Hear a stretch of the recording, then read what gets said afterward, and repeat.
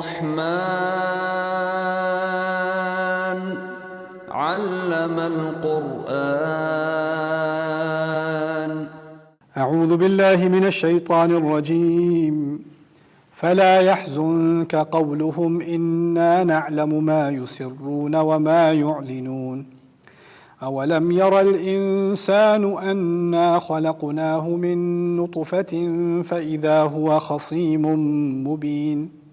وضرب لنا مثلا ونسي خلقه قال من يحيي العظام وهي رميم. قل يحييها الذي أنشأها أول مرة وهو بكل خلق عليم. رب اشرح لي صدري ويسر لي أمري واحلل عقدة من لساني يفقهوا قولي. فالحمد لله والصلاة والسلام على رسول الله وعلى آله وصحبه أجمعين ثم أما بعد. اللہ تعالیٰ اپنے نبی سے اب کہتے ہیں کہ یہ لوگ جو باطل خداؤں کو مانتے ہیں ان کی مدد نہیں کر سکیں گے. لا يستطيعون نصرهم. اور یہ اور ان کے باطل خدا جھوٹے خدا سب اکٹھے کر کے ایک فوج بنا کے سامنے پیش کیے جائیں گے. اس کے بعد کہا ہے فلا يحزنك قولهم. ان کی باتوں سے آپ کو پریشانی نہیں ہونی چاہیے. یہ نبی علیہ الصلوۃ والسلام کو تسلی دی جا رہی ہے. یہ قرآن کا ایک مستقل موضوع ہے. ہمارے نبی کو تسلی دی جاتی ہے آپ کا کام واقعی بہت مشکل ہے. آپ کو لوگوں کو یہ بہت ڈھیٹ قوم ہے, ہزاروں سال سے اس طرح شرک میں پڑی ہوئی ہے, اور یہ بہت ایک دفعہ ایک معاملے پہ یہ اکڑ جاتے ہیں تو نہیں ہٹتے. اس قوم میں نبی کو بھیجا علیہ الصلوۃ والسلام, اور وہ ہزاروں سال کے ٹریڈیشن کو چیلنج کر رہے ہیں. کوئی آسان کام نہیں ہے. جب کہا ہے شروع میں لقد حق القول علی اکثرہم فہم لا یؤمنون, ان کی اکثریت نہیں مانے گی نہیں مانے گی نہیں مانے گی. وہ یہی ہے. دیکھیے کسی اور سوسائٹی میں ہوتا نا تو آپ کو مختلف قسم کے ریاکشن ملتے. کچھ لوگ ایسے ہوتے جو مانتے, کچھ لوگ ہوتے جو نہ مانتے, کچھ لوگ ہوتے چلو بھی تو خیر سوچ رہے ہیں. تو یہ اس قوم پر جب ان کی دعوت دی گئی تو وہ دکھ دینے والی باتیں بہت سننے کو ملی ہمارے نبی کو علیہ الصلوۃ والسلام. فلا يحزنك قولهم. اب میں پچھلی نشست میں آپ سے کچھ کہا تھا ہمارے نبی علیہ الصلوۃ والسلام کے مقام کے بارے میں کہ ان کا کیا رتبہ ہے اللہ تعالیٰ کے ہاں. اتنا رتبہ ہونے کے باوجود لوگوں کے سامنے کتنی دفعہ بے ادبی کی گئی ہے ان کے ساتھ, اور جب وہ کی گئی ہے اللہ تعالیٰ کی طرف سے کوئی عذاب نہیں آیا, کوئی آگ نہیں آئی, کوئی زلزلہ نہیں آیا, بلکہ الفاظ کیا آئے آپ پریشان نہ ہوں. وہ جب یہ باتیں کہا کریں آپ چلے جایا کریں. وَاهْجُرْهُمْ هَجْرًا جَمِيلًا وَاصْبِرْ عَلَىٰ مَا يَقُولُونَ. وہ جو کہتے رہتے ہیں آپ ان کی باتوں پہ صبر کریں اور اچھے طریقے سے باعزت طریقے سے ادھر سے چلے جایا کریں, نہ سنا کریں. مَا أَنْتَ بِنِعْمَةِ رَبِّكَ بِمَجْنُونَ. اللہ کی نعمت سے آپ میری بات سن لیجئے, آپ پاگل نہیں ہیں. یہ نہیں کہا میں ابھی دیکھنا میں ان کے ساتھ کیا کرتا ہوں.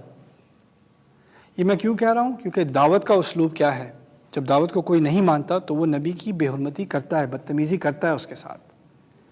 جب میں دبئی گیا تھا, کبھی 4-5 سال ہو گیا اب اس بات کو, پیس کانفرنس تھی دبئی میں ڈاکٹر ذاکر نائک کے ساتھ. وہاں میری ملاقات ہوئی, وہ ایک پولیٹیشین تھا سوئٹزرلینڈ سے, جس نے وہ جو سوئٹزرلینڈ میں آپ کو یاد ہوگا کچھ سال پہلے وہ مینار کا بین ہوا تھا کہ مسجد کے مینار نہیں بنوانے, اور اس کے ضمن میں اس پولیٹیشین نے بڑی کیمپین کی تھی کہ مسجد کے مینار نہیں بنانے دینے. اور وہ جب کارٹون بنا تھا ڈنمارک میں رسول صلی اللہ علیہ وسلم کا, تو اس کا سب سے بڑا سپورٹر پولیٹیشینز میں سوئٹزرلینڈ میں یہ آدمی تھا. یہ پیس کانفرنس میں اس لیے آیا تھا کہ یہ مسلمان ہو گیا تھا. ہی از اے مسلم ناؤ. وہاں آ کے اس نے مجھ سے ملاقات کی, اور اس کانفرنس کے دوران اس کا بیٹا بھی مسلمان ہوا. وہ اپنے بیٹے کو ایسے لے کے آیا تھا اس کانفرنس میں, وہ بیٹا بھی اس کا مسلمان ہو گیا. اب وہ ایسا انسان ہے جس کی پرانی ویڈیوز اگر آپ دیکھیں تو وہ رسول کو بلا بھلا کہہ رہا ہے. ایسا بھی ہوا ہے, اور اب وہ اہل ایمان میں سے ہے, مسلمان ہو چکا ہے. الٹی سیدھی باتیں ہمارے نبی کے خلاف کہی گئی ہیں اور کہی جائیں گی. ان کا جواب یہ بات بھی سمجھ لیجئے کہ یہ لوگ پیسے بنانے کے چکر میں ہیں. ان کو نہ ہمارے نبی سے نفرت ہے نہ محبت ہے. محبت ہے نہیں صرف پیسوں سے, میڈیا اٹینشن سے. کوئی الٹی سیدھی فلم بناتا ہے, کوئی غصے والا مسلمان اس کو دیکھتا ہے, پھر وہ اس کو وائرل بنا دیتا ہے, اور پھر ان کو بک ڈیل ملتی ہے, میڈیا اٹینشن ملتی ہے, انٹرویوز ملتے ہیں, ایڈورٹائزنگ ملتی ہے, پوری ایک سکیم بن جاتی ہے. اگر وہ کوئی کتا بھونک رہا ہو اور آپ پھر اس سے کہ یہ کتا اس کو بھونکنے کی مجال, اور پھر آپ اس بات کا بتنگڑ بنا دیں, آپ نے اس کو وہی دیا جس کی اس کو خواہش تھی. وہ بھونک رہے تو اس کو بھونکنے دیں. وَاهْجُرْهُمْ هَجْرًا جَمِيلًا. آپ ان کو اچھے طریقے سے چھوڑ دیں. کیا اس نے جو کارٹون بنایا تھا, فلم بنائی تھی, وہ 3 لوگوں نے دیکھی تھی یار، بلانے دو اسے، کیا فرق پڑے گا؟ اب آپ جا کے اگر ٹائر جلائیں گے اور دکانوں کو آگ لگائیں گے، اس سے کون سی نبی کی سنت ریوائیو ہو رہی ہے؟ اصل ہمارا کام میرے نزدیک اس کا ریاکشن جو ہونا چاہیے، جو میرا اپنا ایک ریکمنڈیشن ہے، وہ یہ ہے کہ جب کوئی میڈیا میں ہمارے نبی کے خلاف، ہمارے قرآن کے خلاف کوئی ایسی بات کرتا ہے تو اس کے خلاف لا سوٹ ہونے چاہیے، ڈیفیمیشن لا سوٹس. خاص کر ویسٹرن ورلڈ میں اینٹی سیمیٹزم لا سوٹس ہوتے ہیں، ڈیفیمیشن لا سوٹس ہوتے ہیں، اور یہ لا سوٹس ہماری گورنمنٹس کے سب سے بڑے فنڈز میں سے ہونے چاہیے. $20 million لا سوٹ، $50 million لا سوٹ. ان لوگوں کو کوئی اور زبان سمجھ نہیں آتی، ان لوگوں کو صرف ایک زبان سمجھ میں آتی ہے، یہ والی. جب آپ اس زبان میں بات کریں گے نا تو یہ خود بخود نبی کی توہین ختم ہو جائے گی. ہمیں ان کی زبان نہیں آتی، ہم یہ سمجھتے ہیں کہ ہم اگر پروٹیسٹ کریں گے، میڈیا میں شور مچائیں گے، ارے اسی کا تو وہ انتظار کر رہے تھے، اسی کی تو ان کی تمنا تھی کہ یہ لوگ شور مچائیں گے، پوری کنٹروورسی ہوگی، اسی سے ان کے پیسے بنتے ہیں. ہمیں اس گیم کو سمجھنے کی ضرورت ہے، اور قرآن نے تو اس کے بارے میں بڑی حکیم بات کر دی. ان کی بکواس کو چھوڑ دیجیے. فلا يحزنك قولهم، آپ ان کی باتوں سے پریشان نہ ہوا کریں، یہ ہمارے نبی کی سنت ہے علیہ الصلوۃ والسلام. یہ لوگ قرآن کے بارے میں کچھ بھی کہہ دیں، قرآن کو کیا فرق پڑنا ہے؟ قرآن کو کیا فرق پڑنا ہے؟ میرے ایک استاد کہا کرتے تھے، کوئی سورج کی طرف دیکھ کے تھوک مارے تو کہاں گرے گا؟ کیا فرق پڑنا ہے؟ یہ لوگ بھونکنے، ان کو بھونکنے دو، تم اپنے کام سے کام رکھو. کتنے لوگوں نے نبی کے بارے میں ان کی حیات کے دوران کتنے لوگوں نے ان کے خلاف پروپیگنڈا کیا، پاگل کہا، جھوٹا کہا، جادوگر کہا، کیا کیا الفاظ نہیں کہے. قرآن نے بس کہہ دیا آپ نہیں ہیں، اور آگے اپنی بات کرتا رہا. کوئی کانفرنس نہیں ہوئی پروف کرنے کے لیے کہ وہ پاگل نہیں ہے. ہمیں وہ لوگ الٹی سیدھی باتیں کرتے ہیں اور ہمیں بہت دل میں بھڑاس ہوتی ہے کہ ہم کسی نہ کسی طرح ثابت کر دیں کہ ان کی بات غلط ہے. نہیں، انہیں بھی پتا ہے ان کی بات غلط ہے، ہمیں بھی پتا ہے. اصل بات کیا ہے؟ جب تک آپ نور نہیں پھیلاؤ گے، ظلمات پھیلتی رہیں گی، تاریکی پھیلتی رہے گی. یہی بات ہے، اصل بات ہے نور کو پھیلانا. ان کی جوابی کارروائی میں آپ اور تاریکی کو ہی آگے کر رہے ہیں، اسی کو پروموٹ کر رہے ہیں. دیکھیے دوسری بات اس کے بارے میں میں آپ کو سمجھا دوں کہ بات کرنے میں نا، جب دو مخالف لوگ بات کر رہے ہوتے ہیں تو جو سوال پوچھ رہا ہے نا وہ بات کو کنٹرول کر رہا ہے. سوال پوچھنے والا بات کو اور بات کی سمت کو کنٹرول کرتا ہے. جیسے انٹرویور بے شک کم کوالیفیکیشن کا ہو، اور جس کا وہ انٹرویو لے رہا ہے ہو سکتا ہے PhD ہو، ٹرپل PhD ہو، لیکن انٹرویو کرنے والا اگر چالاک ہونا تو وہ اس کو بالکل بیوقوف ظاہر کر دے گا. ایک سوال پوچھے گا، وہ آدھا جواب میں دوسرا پوچھ لے گا، پھر تیسرا پوچھ لے گا، وہ ہکا بکا ہو کے رہ جائے گا، اس کو پتہ نہیں چلے گا بات کیا ہو رہی ہے. ابھی اسلام کے بارے میں کیا ہوتا ہے؟ تمہارا دین ایسا ہے، ہم آدھا جواب دے رہے ہوتے ہیں، نہیں ویسا ہے.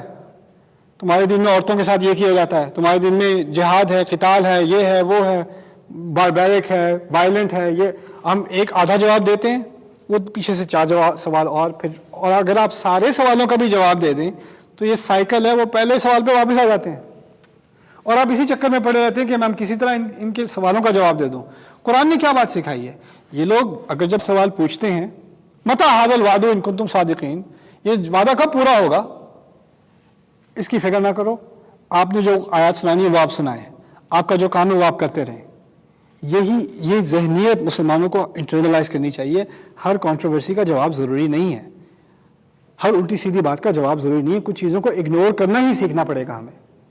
جب تک آپ اگنور نہیں کریں گے ہم انہی معاملوں میں پڑے رہیں گے، دین کا کام آگے نہیں بڑھے گا. فلا يحزنك قولهم انا نعلم ما يسرون وما يعلنون. یہ بہت گہری بات ہے. ہم اچھی طرح جانتے ہیں کون سی بات چھپا کے رکھتے ہیں، کون سی بات کھل کر کرتے ہیں. کھل کے تو وہ آپ کے دین کے خلاف بات کر رہے ہیں، اصل بات کچھ اور ہے. اصل کھل کے تو کہتے ہیں قرآن خدا کا کلام نہیں ہے، یہ نبی جھوٹا ہے، یہ پاگل ہے، ایکسیٹرا ایکسیٹرا.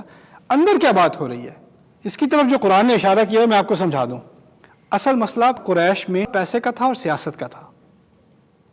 مکے کی جو زمین ہے، مکے کی جو خاص مقدس زمین ہے، اس کی تقدیس یا اس کا مقدس ہونا تمام قبیلے مانتے تھے کہ یہ مقدس ہے. اور تمام قبیلوں کے جو بت تھے وہ کہاں رکھے ہوئے تھے؟ کعبے پہ.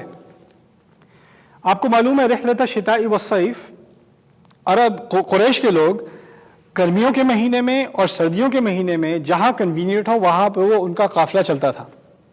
کوئی اور قبیلہ قافلہ لے کر جائے اس پہ حملہ ہونا ہے. صرف ایک قبیلہ ہے جو کہیں بھی چلا جائے قافلہ لے کے حملہ نہیں ہوگا اس پہ. کون سا قبیلہ؟ قریش. کیوں؟ کیونکہ جس قبیلے نے حملہ کیا وہ لوگ کہیں گے اچھا وہ تمہارا پرپل والا تھا نا بت، ابھی جا کے دیکھنا ہم کیا کرتے ہیں اس کے ساتھ. ان تمام کے بت ہاسٹیج رکھے ہوئے ہیں مکے میں. وہ لوگ اگر ان بتوں کی عبادت کرتے ہیں تو وہ ان کو نہیں چھوئیں گے، مکے والوں کو نہیں چھوئیں گے. اب نبی آ کے کہہ رہا ہے کہ ان بتوں کو ہٹاؤ، ختم کرو ان بتوں کو.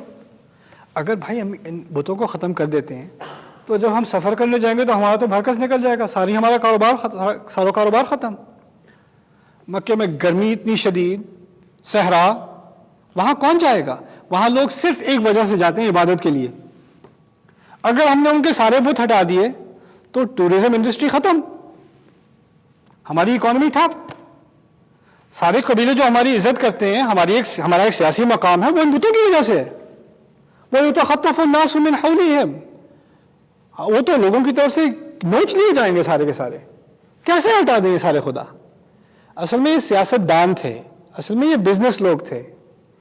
اصل بات کچھ اور تھی. اللہ تعالیٰ نے کہہ دیا اِنَّا نَعْلَمُ مَا يُسِرُّونَ وَمَا يُعْلِنُونَ، ہم اچھی طرح جانتے ہیں کون سی باتیں یہ چھپائے رکھتے ہیں اور کون سی باتیں ظاہر کرتے ہیں. یہی آج بھی ہو رہا ہے، یہ ہمیں سمجھنے کی ضرورت ہے. اِنَّا نَعْلَمُ مَا يُسِرُّونَ وَمَا يُعْلِنُونَ. بارک اللہ لي ولکم فی القرآن الحکیم ونفعنی وإیاکم بالآیات والذکر الحکیم. الرحمن علم القرآن. الرحمن علم القرآن. اعوذ باللہ من الشیطان الرجیم. اولم یر الانسان انا خلقناه من نطفة فاذا هو خصیم مبین. وضرب لنا مثلا ونسي خلقه قال من يحيي العظام وهي رميم قل يحييها الذي أنشأها أول مرة وهو بكل خلق عليم.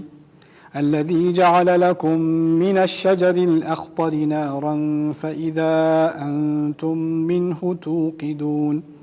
أوليس الذي خلق السماوات والأرض بقادر على أن يخلق مثلهم بلى وهو الخلاق العليم.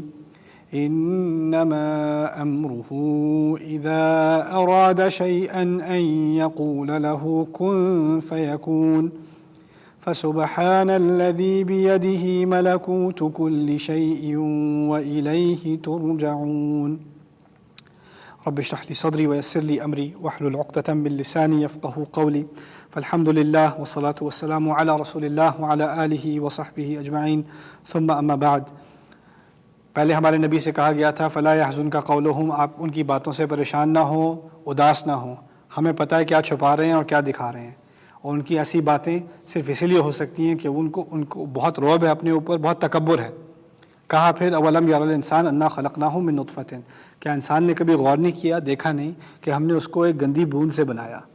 نطفة فاذا هو خصیم مبین، اور دیکھو اچانک ایسے ہمیشہ جھگڑے پر اتر آتا ہے، ہمیں ہر بات پہ جھگڑے کرنے پر تلا ہوا ہے.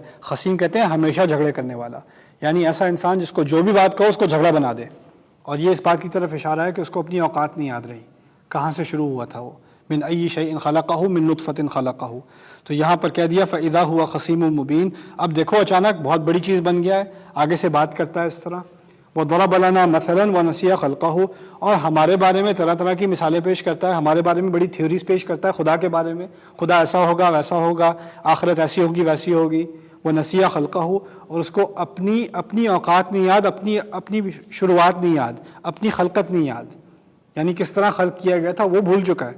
قال من يحيي العظام وهي رميم، کہتا ہے کون ہڈیوں کو دوبارہ زندہ کرے گا جبکہ وہ بالکل ہی بکھر چکی ہیں، بالکل ہی ختم ہو چکی ہیں. رمیم کہتے ہیں تقریباً ریت بن گئی ہیں، تقریباً ریت بن چکی ہیں، اور پھر وہاں سے ہڈیوں کو نکالا جائے گا، کون کرے گا یہ؟ جب اس طرح کے سوال پوچھے جاتے ہیں نا تو اللہ تعالیٰ اس کا پورا سائنٹیفک جواب بھی دے سکتے ہیں، وہ نہیں دیتے. اور جگہ کہتے ہیں، وہ جب کہتے ہیں وقالوا اذا كنا عظاما ورفاتا انا لمبعوثون خلقا جديدا، وہ لوگ کہتے ہیں کہ جب ہم ہڈیاں بن جائیں گے، بس کچھ بالکل ڈکے ہو چکے ہوں گے، ہمیں کیا نئی خلق بنایا جائے گا، کیا نئی مخلوق بنایا جائے گا، آپ کیسے دوبارہ واپس آئیں گے؟ اللہ تعالیٰ جواب دیتے ہیں قُلْ كُونُوا حِجَارَةً أَوْ حَدِيدًا أَوْ خَلْقًا مِّمَّا يَكْبُرُ فِي صُدُورِكُمْ، جاؤ تم ہڈی نہ بنو، تم جاؤ پتھر بن جاؤ، لوہا بن جاؤ، میں پھر بھی تمہیں لے آؤں گا واپس۔ اور جو تمہارے دماغ میں کوئی اور ایسی چیز آتی ہے نا اس کو موڑا نہیں جا سکتا، توڑا نہیں جا سکتا، تو وہ بن جاؤ، میں پھر بھی تمہیں لے آؤں گا واپس۔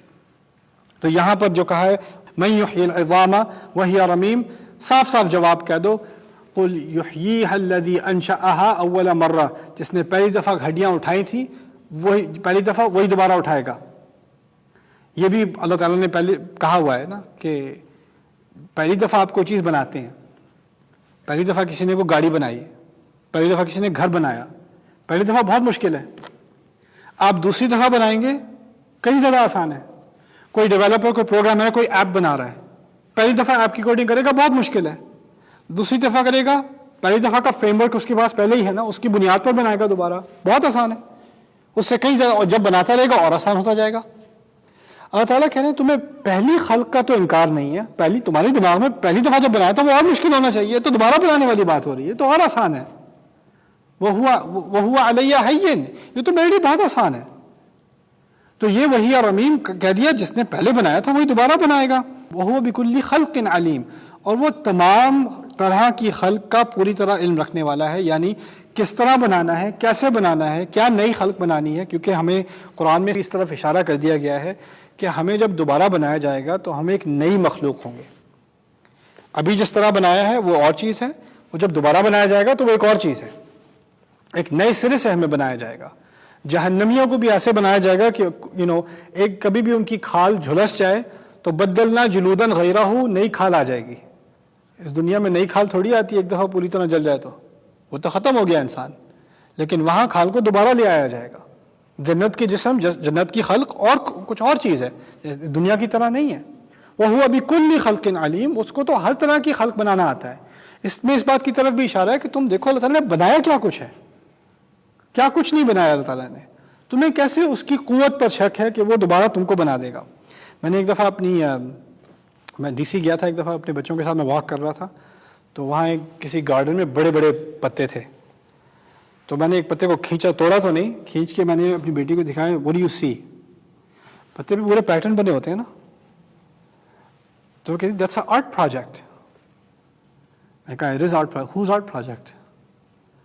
تو she said اللہ، اس نے کہا اللہ کا آرٹ پروجیکٹ ہے۔ میں نے کہا ہاں۔ پھر گاڑی میں واپس جا رہے تھے، کہتی ہے اللہ does really good art projects.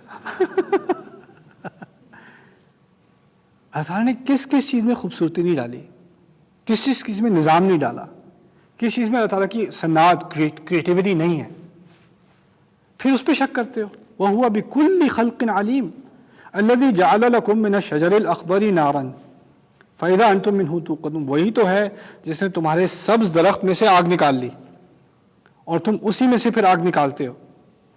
یہ پہلے کہا تھا، یہ جو شروع میں بات کی تھی نا کہ درخت ہیں، اس کے پھل نکلتے ہیں اور مختلف اس کے فوائد ہوتے ہیں، اب کہا ہے اس درخت کو آگ بھی لگا دی جاتی ہے، اس کا ایک مزید فائدہ بھی نکلتا ہے کہ اس سے آگ بھی بنتی ہے۔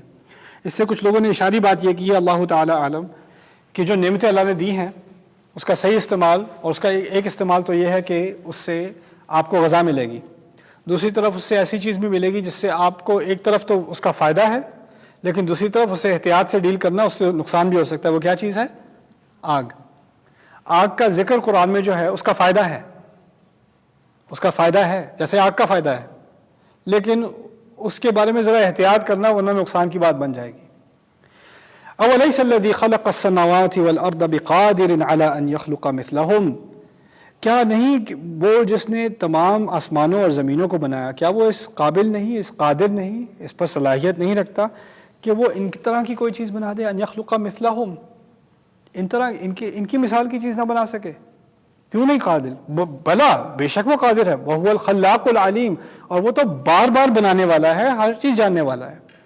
وہ ایک دفعہ تھوڑی بناتا ہے، وہ بار بار بناتا رہتا ہے۔ جب السماواتی والارض کی بات ہوئی ہے، یہاں کوئی بھی قرآن کا طالب علم ہونا اس کے لیے بہت ضروری ہے۔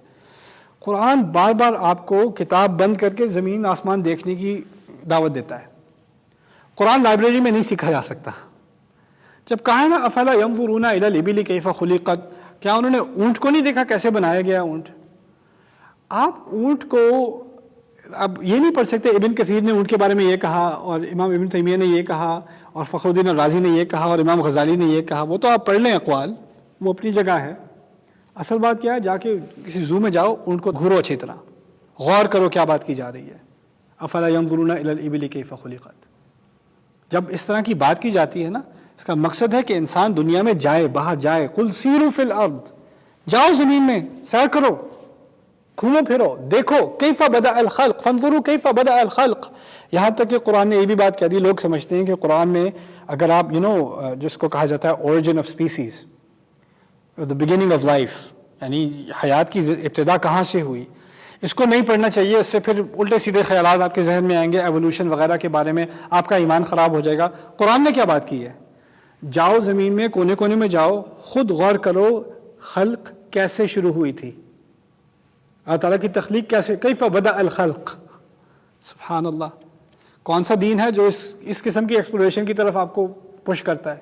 یہ ہمارا قرآن ہے. آنکھیں کھول کے دین کو ایکسیپٹ کرنے کی بات کی جا رہی ہے, آنکھیں بند کر کے نہیں. پھر یہاں کہا ہے کہ جس نے یہ تمام آسمان زمین بنائے ہیں وہ اس قابل نہیں ہے کہ وہ تمہیں دوبارہ بنا دے. بے شک وہ تو بار بار بنانے والا ہے. انما امرہ اذا اراد شیئا. اور اگلی خلقت کی بات کچھ اور ہوگی, اس دنیا میں کچھ اور ہے. دیکھیے اس دنیا میں اللہ تعالیٰ نے کچھ چیزیں بنائی ہیں تدبیر کے ساتھ. تدبیر کا مطلب ہے کہ آپ بیج زمین میں ڈالتے ہیں, کئی سال لگتے ہیں اس بیج کو درخت بننے میں. بچہ پیدا ہوتا ہے, کئی سال لگتے ہیں بچے کو آدمی بننے میں, عورت بننے میں, ایک دم سے نہیں بن جاتا. یہ اللہ کی تدبیر ہے.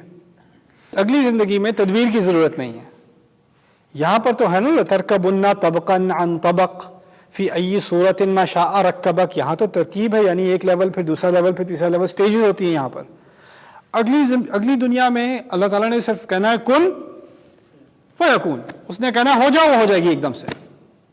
اسی طرح خلق شروع ہوئی تھی اور آخر میں جو نئی خلق ہوگی وہ بھی بس کن فیکون ہی کا مسئلہ ہوگی. اس میں دوبارہ آہستہ آہستہ اٹھ کر نہیں دوبارہ آپ نے بننا, فوراً بن جانا ہے. فوراً جہنم, فوراً نار اور فوراً جنت. انما امرہ اذا اراد شیئا. اس کا تو فیصلہ جب بھی ہو, اگر اس کا فیصلہ ایسا ہوتا ہے کہ جب بھی وہ کسی چیز کی نیت کرے, ان یقول لہ, کہ وہ کہہ دے کن ہو جا, فیکون, وہ ہو جاتی ہے, وہ ہو جاتی ہے, کن فیکون. فسبحان الذی بیدہ ملکوت کل شیء.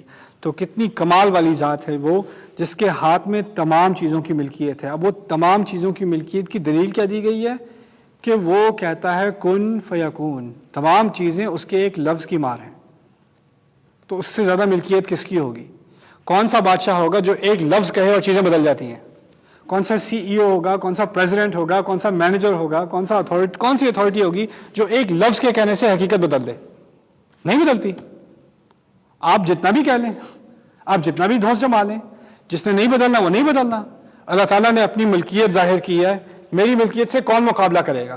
میری ملکوت سے کون مقابلہ کرے گا جو کن فیکون کی بنیاد پر بنی ہوئی ہے؟ فسبحان الذی بیدہ ملکوت کل شیء والیہ ترجعون. اور اسی کی طرف واپس, خالی اسی کی طرف تمہیں واپس جانا ہے اور ہمیں بھی اس کی طرف واپس جانا ہے.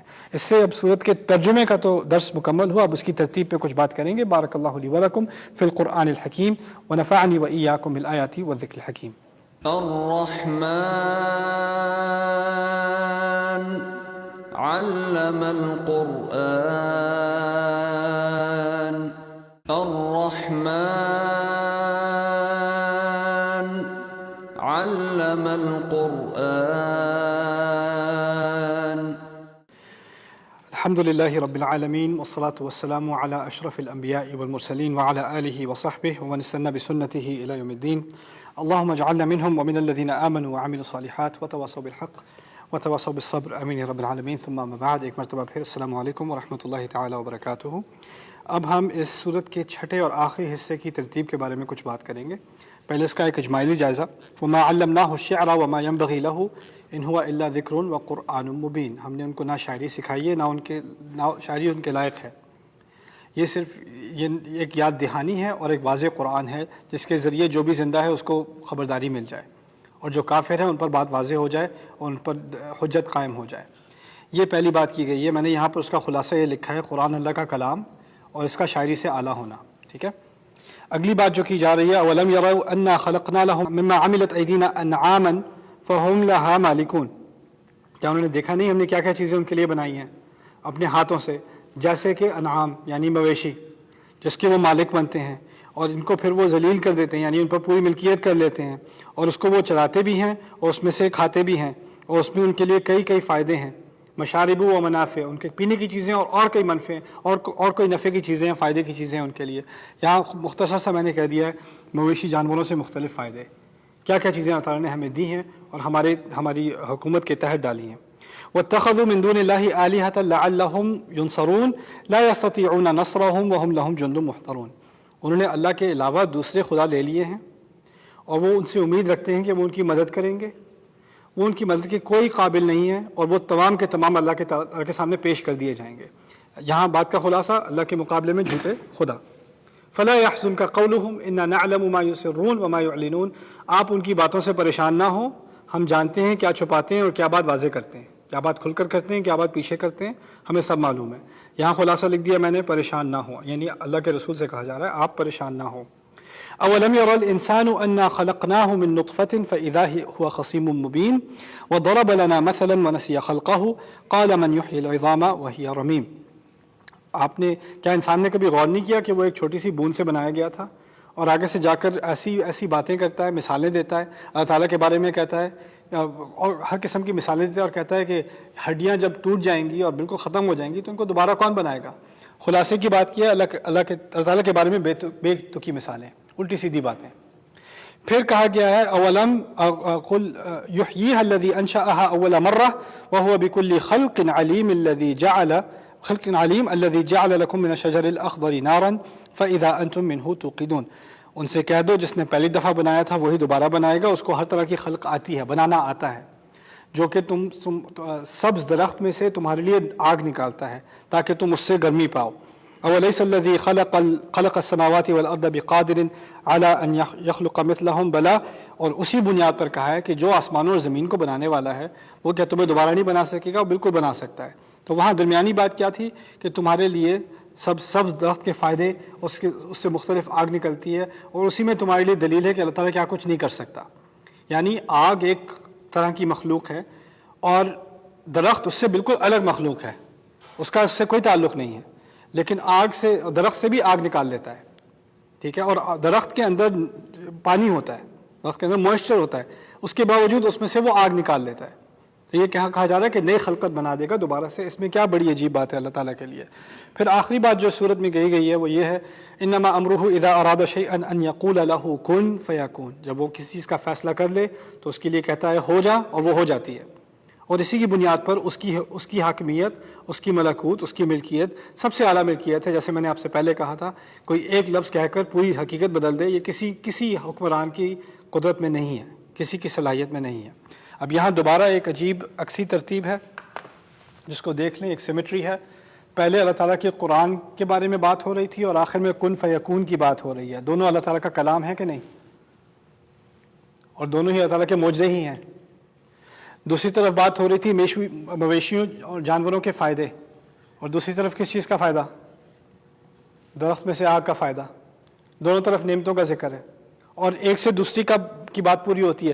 مویشی جانوروں کو کھاتا ہے اور مویشی جو ہے وہ درخت کو کھاتا ہے۔ جب ہم اس کو ذبح کرتے ہیں تو آگ کے ذریعے اس کو پکاتے ہیں۔ ان دونوں کا ایک دوسرے پر انحصار ہے، دونوں مل کر ہی نعمت مکمل ہوتی ہے۔ اگر درخت نہ ہو تو مویشی نہ ہو، مویشی نہ ہو تو درخت نہ ہو، دونوں کا ایک دوسرے پر انحصار۔ پھر کہتے ہیں کہ اللہ تعالیٰ کے بارے میں جھوٹے خدا، وَاتَّخَذُوا مِن دُونِ اللَّهِ آلِهَةً لَعَلَّهُمْ يُنصَرُونَ، ایک طرف کہہ دیا جھوٹے خدا لیتے ہیں، دوسری طرف اگر خدا نہ بھی لیں تو اللہ تعالیٰ کے بارے میں الٹی سیدھی مثالیں دینا شروع کر دیتے ہیں۔ وہ دونوں گمراہیاں، ادھر ایک اس طرف اور ایک اس طرف، اور جو سب سے مناسب بات درمیان میں ہونی تھی وہی درمیان میں ہے۔ آپ ان سب باتوں کی وجہ سے پریشان نہ ہوا کریں۔ فَلَا يَحْزُنْكَ قَوْلُهُمْ إِنَّا نَعْلَمُ مَا يُسِرُّونَ وَمَا يُعْلِنُونَ، اب ہم جانتے ہیں کہ یہ کیا چھپاتے ہیں کیا ظاہر کرتے ہیں، آپ اس کی فکر نہ کریں۔ اس خلاصے سے اب یہ آخری جو سیکشن تھا اس صورت کا، اس کی بھی ایک سیمیٹری، اس کی ایک ترتیب آپ کے سامنے ظاہر ہو گئی۔ اب میرا مقصد یہ ہے کہ میں اس پوری صورت کا ایک اجمالی جائزہ لوں کہ اس پوری صورت میں شروع سے لے کے آخر تک کیا ترتیب ہے۔ ہم نے ایک ایک حصے کی ترتیب تو دیکھ لی، اب ان تمام حصوں کو جوڑ کر دیکھتے ہیں کیا بات کی جا رہی ہے۔ الرحمن علم القرآن الرحمن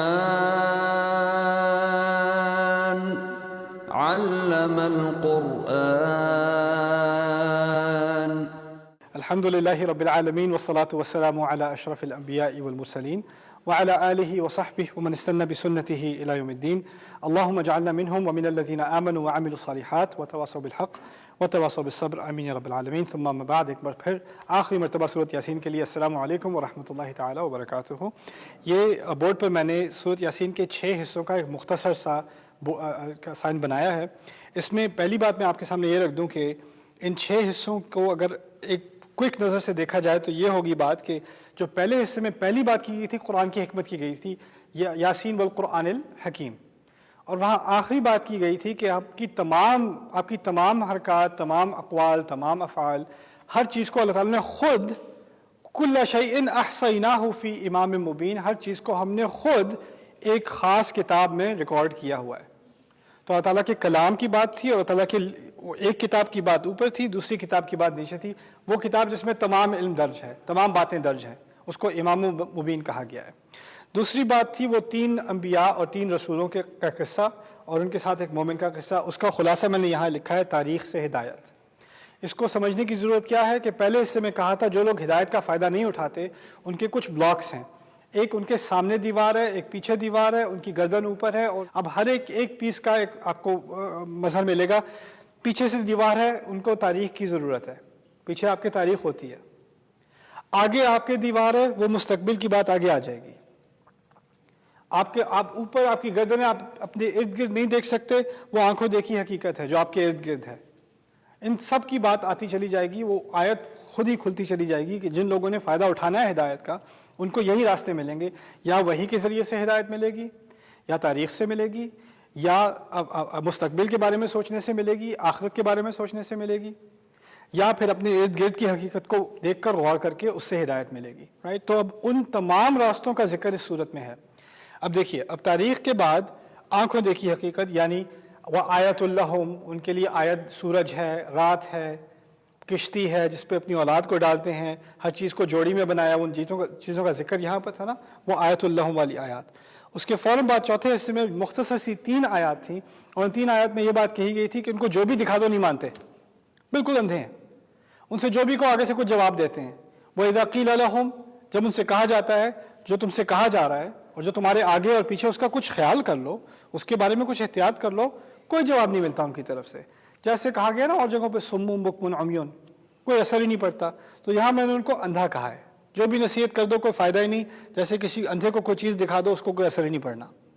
پھر بات کی گئی ہے قیامت کے دن کی، اس کے بعد جہنم کی، جنت کی، ایک تفصیلی بحث آخرت کے بارے میں میں نے یہاں مختصر سا لکھ دیا، مستقبل کے احوال سے ہدایت.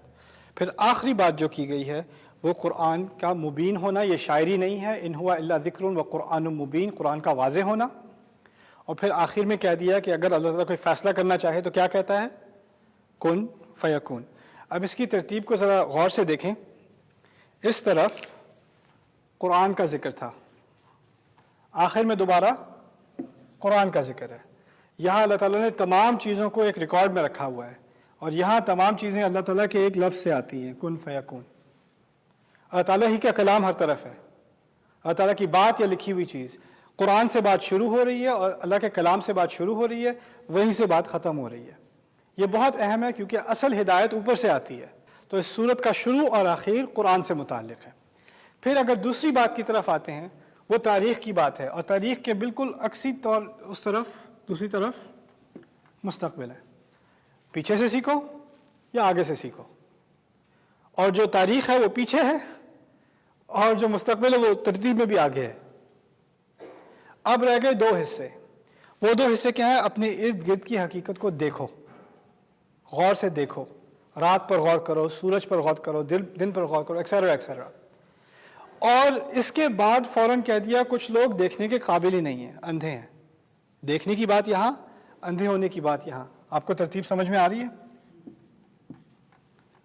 اب ایک اور طرح سمجھیں. قرآن اور اللہ کا کلام اور یہ امام مبین، یہ وقت سے ماوراء ہیں، یعنی ان کو کہیں گے کہ یہ ٹائم لیس ہیں. تو یہ جو شروعات ہے اس کی اور جو انتہا ہے اس میں وقت کی قید نہیں ہے، کیونکہ اللہ تعالیٰ کا ابدی کلام ہے۔ اس کے درمیان میں بات شروع ہوتی ہے تاریخ سے۔ اب آپ اپنے ارد گرد دیکھتے ہیں، اور کچھ لوگ اپنے ارد گرد کی حقیقت کے بارے میں اندھے ہوتے ہیں، وہ تاریخ کی بات ہو رہی ہے، مستقبل کی بات ہو رہی ہے کہ ابھی کی بات ہو رہی ہے؟ ابھی کی بات ہو رہی ہے، یعنی یہ ہے ماضی، نمبر 2 ہے ماضی، 3 اور 4 اکٹھے مل کے بنتے ہیں حال، اور 5 کیا ہے؟ مستقبل۔ ایک ٹائم لائن بنی ہوئی ہے سورت کے اندر، ماضی، حال، مستقبل، اور اس طرح یہ پوری سورت مکمل ہوتی ہے۔ یہ سورت کا ایک عجیب و غریب نظام ہے جس سے بات کو سمجھایا جا رہا ہے۔ یہ میرے نزدیک اس طرح کی سیکوینس کو، اس طرح کی ترتیب کو ہائی لائٹ کرنا میرے نزدیک بہت ضروری ہے۔ اس سے قرآن کی لاجک سمجھ میں آتی ہے۔ قرآن کب آپ کو آرگیومنٹ پیش کر رہا ہے، آپ کو ایک بات سمجھا رہا ہے، وہ کس ترتیب سے سمجھاتا ہے۔ جب کوئی اسپیچ کر رہا ہوتا ہے تو اس کی تقریر میں، یا کوئی آرٹیکل لکھتا ہے تو اس کی تقریر میں ایک ترتیب ہوتی ہے۔ اگر وہ ترتیب الٹی سیدھی ہو تو بات سمجھ نہیں آتی، اور جتنی منظم ترتیب ہوگی اتنی اچھی بات سمجھ میں آئے گی، لاجیکل معلوم ہوگی۔ اگر آپ ویسٹرن سرکلز میں جائیں، اکیڈیمیا میں جائیں، آکسفورڈ یونیورسٹی میں، میرا ابھی ایک سمپوزیم میں گیا تھا آکسفورڈ میں، وہاں پر مدنی قرآن پر ایک پینل تھا۔ وہاں پر تقریباً 40 پروفیسرز دنیا جہاں سے، نان مسلمز، اس میں کچھ مسلمان بھی تھے، وہ صرف مدنی قرآن پر بحث کرنے آئے تھے۔ ان میں سے ہر ایک نے پی ایچ ڈی کی ہوئی مدنی قرآن پہ۔ ان کی عربی میں کیا بتاؤں آپ کو، ان کی ریسرچ میں کیا بتاؤں آپ کو، ان میں سے کیا 3 یا 4 مسلمان ہوں گے، ٹھیک ہے۔ اب ان کے ہاں کیا تنقید ہے قرآن پر؟ ان کے ہاں تنقید ہے کہ قرآن کی کوئی ترتیب نہیں ہے۔ قرآن ایک بات سے دوسری کی طرف بغیر کسی وارننگ کے چلا جاتا ہے، کچھ سمجھ نہیں آتی کیسے آرگنائز ہے۔ اگر میں یہ بات آپ کے سامنے نہ رکھتا اور آپ سے میں کہتا آپ سورۃ یاسین پڑھیں اور مجھے بتائیں کیسے آرگنائز ہے، آپ کا بھی شاید یہی خیال ہوتا کہ آرگنائز نہیں ہے، نہیں آرگنائز۔ میں نے ہر کچھ آیات کے بعد رک کے آپ کو کیا دکھانے کی کوشش کی ہے؟ اس کی ایک ایسی ترتیب ہے جو انسان کے لیے ممکن ہی نہیں ہے۔ اس کے اوپر اس کی ایسی ترتیب ہے جو ایک انسان کے لیے جو پڑھتا لکھتا نہ ہو اس کے لیے تو اور بھی ناممکن ہے۔ اور پھر اس کے مزید کئی صورتیں ایسی ہیں جو ایک دفعہ میں نازل نہیں ہوئیں، جو نازل ہوئیں کچھ ابھی، کچھ بعد میں، کچھ اور بعد میں، اور رسول صلی اللہ علیہ وسلم کو پتا ہوتا تھا کہ یہ آیات اس صورت میں جائیں گی، یہ آیات اس صورت میں جائیں گی، اور بعد میں جا کر یہ تمام نظام مکمل ہوتا ہے۔ تو یہ چیز ظاہر کرنا میرے نزدیک اس کی بہت اہمیت ہے، کیونکہ ہماری اگلی جنریشن وہ جب قرآن کا ترجمہ پڑھتی ہے تو اس کے ذہن میں کرٹیسزم آتے ہیں، یہ کیسی کتاب ہے؟ ٹھیک ہے ہم مانتے تو ہیں روحانی طور پہ، امی کہتی ہیں قرآن پاک، تو ٹھیک ہے پاک ہی ہوگا، تو میں پڑھ لوں، میں سمجھنے کی کوشش کروں کیا بات ہو رہی ہے اس میں۔ آپ انگلش ترجمہ پڑھیں گے، اردو ترجمہ پڑھیں گے، جو بھی پڑھیں گے، آپ کو شاید یہی خیال آئے کہ اس میں کوئی ترتیب نظر نہیں آ رہی۔ اور میرا دعویٰ یہ ہے کہ اس قرآن میں جیسی ترتیب یہاں ہے ویسی دنیا کے کسی کلام میں آپ کو نہیں ملے گی۔ کسی کلام میں اتنی سفسٹیکیٹڈ ترتیب ممکن ہی نہیں ہے۔ تو یہ جب شروع میں نے آپ سے بات کی تھی اس سلسلے کے، میں نے آپ سے کہا تھا کہ ایک تو قرآن کا پیغام ہے، دوسرا قرآن کا ایک اعجاز ہے، اس کا ایک اپنی طور پر دلیل ہونا کہ یہ خدا ہی کا کلام ہے۔ اس کے کئی پہلو ہیں، میرے نزدیک اس کی ترتیب اس کے ان پہلوؤں میں سے ہے جس کو ہائی لائٹ کرنے کی آج کل بہت ضرورت ہے۔ تو میری امید ہے کہ آپ کو یہ چیزیں کچھ واضح معلوم ہوئی اور ان میں کچھ آپ کو بھی سوچنے کا موقع ملا۔ انشاءاللہ آپ اپنے مطالعے میں بھی سوچ کر غور کر کے قرآن کو پڑھا کریں، اس کی آیات پر غور کیا کریں اور سوچا کریں کہ یہ بات کہاں کی جا رہی ہے، اس کے بعد کیا بات کی جا رہی ہے، اس کے بعد کیا بات کی جا رہی ہے۔ یہ تدبر کا سلسلہ ہے۔ اللہ تعالیٰ ہم سب کو تدبر کی توفیق دے۔ بارک اللہ لی ولکم فی القرآن الحکیم ونفعنی وإیاکم بالآیات والذکر الحکیم۔ السلام علیکم ورحمۃ اللہ تعالی وبرکاتہ۔ الرحمن علم القرآن